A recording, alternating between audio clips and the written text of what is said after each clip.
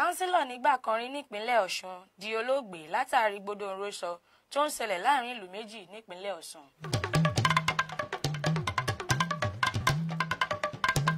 Àwọn ikọ̀ ajagun ojú òfurufú ti palẹ̀mọ́ àwọn agbésùnmọ̀mí nípínlẹ̀ Borno àti Katsina. Iléeṣẹ́ ọlọ́pàá ìpínlẹ̀ Jigawa ṣèpínfúnni fún àwọn ìdílé ọlọ́pàá tó kú sójú ogun. Ẹgbẹ́ agbábọ́ọ̀lù Super Eagles ti wà ní ìgbáradì láti ní ìbáṣepọ̀ pẹ̀lú olùdarí tuntun. Ìròyìn ọ̀hún rèé lẹ́kùnrẹ́rẹ́.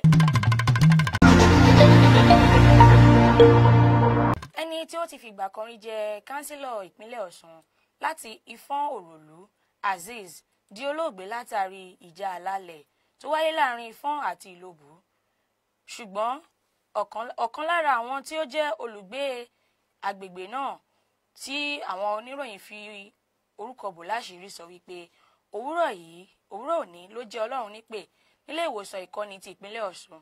Ó tẹ̀síwájú wípé ọ̀pọ̀lọpọ̀ ilé ló di wíwó tí ó sì bàjẹ́ látàrí ìjà gbígbóná tó bẹ́lẹ̀ láàrin ìlú méjì yìí.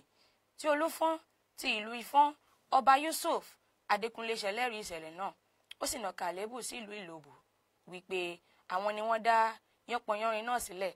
Ẹ̀wẹ̀, Ọ̀túnjagun Ìlobù Ọba Adégòkè Ògúnṣọlá ni àwọn ará ìlú Ìfọ̀n ló kọ́kọ́ bẹ̀rẹ̀ wàhálà eléyìí tó mú káwọn èèyàn farapa yánnayànna. Ikọ̀ ọmọ ológun ojú òfurufú ti pa ọ̀pọ̀lọpọ̀ agbésùnmọ̀mí pẹ̀lú ọkọ̀ ìjagun nínú ibùgbé wọn láwọn agbègbè Charalia, Graza, Uwe àti Zango Hill nípínlẹ̀ Borno àti Katsina. Igbákejì olùdarí ní ẹ̀ka ìbáṣepọ̀ aráàlú àti ìròyìn Kabiru Ali ló fọ̀rọ̀ ìlédè lólùlù ilẹ̀ wa.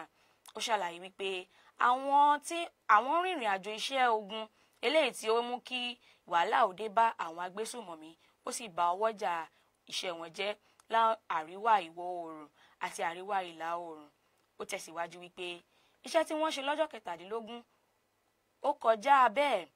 Ó sì jẹ́ kí àwọn agbésùnmọ̀mí tó wà ní Chiralia ó mú kí bí wọ́n ṣe ń da omi àlàáfíà ìlú láàmú kí ó wá sí òpin, ìyẹn lọ́pòpónà Maiduguri sí Damaturu àti Damaturu sí Biu tí wọ́n sì ti ń jíyàn gbé. Àwọn ikọ̀ ọmọ ológun ojú òfurufú ṣiṣẹ́ takuntakun ní Zango Hill títí dé ìjọba ìbílẹ̀ Kankara. Iléeṣẹ́ ọlọ́pàá Jigawa ṣèpínfúnni àwọn ohun tí ẹnu ń jẹ fún àwọn ìdílé ọlọ́pàá tí wọ́n sọ ẹ̀mí wọn nù lójú ogun.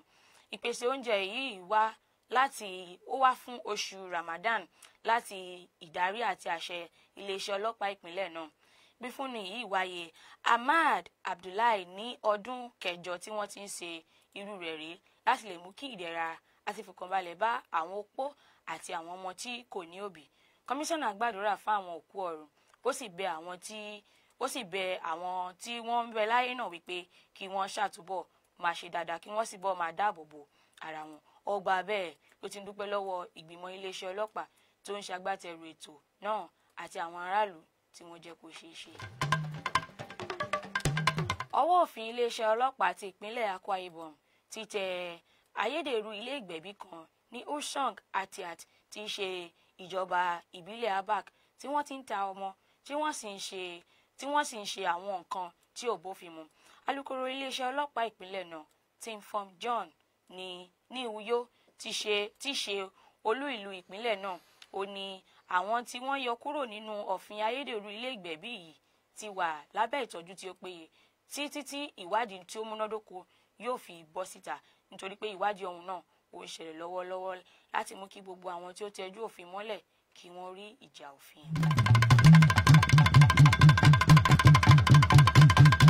Alámòjútó ẹgbẹ́ agbábọ́ọ̀lù Super Eagles Trust Ekang ti ní àwọn agbábọ́ọ̀lù náà ti múra tán láti bá olùdarí tuntun tí wọ́n ṣẹ̀ṣẹ̀ yàn Eric Chell bí wọ́n ti ṣe ń bẹ̀rẹ̀ ìrìn àjò tuntun lábẹ́ Franco Malian láti gba ife ẹ̀yẹ ọdún 2026 níbi ìfẹsẹ̀wọnsẹ̀ tí wọ́n ó ṣe tako Rwanda ní Kigali lónìí.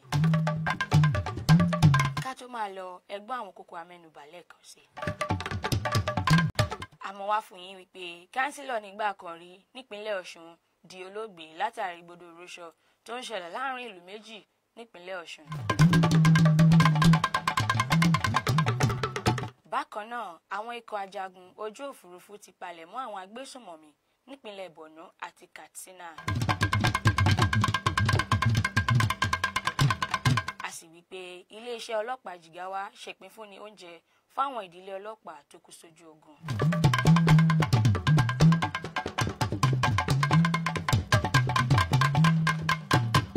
Àròyé TV rèé ẹ láìkì ẹ sọ̀scribe kẹ́ ẹ sì máa fọ́lọ́. Òkè la wà téńté.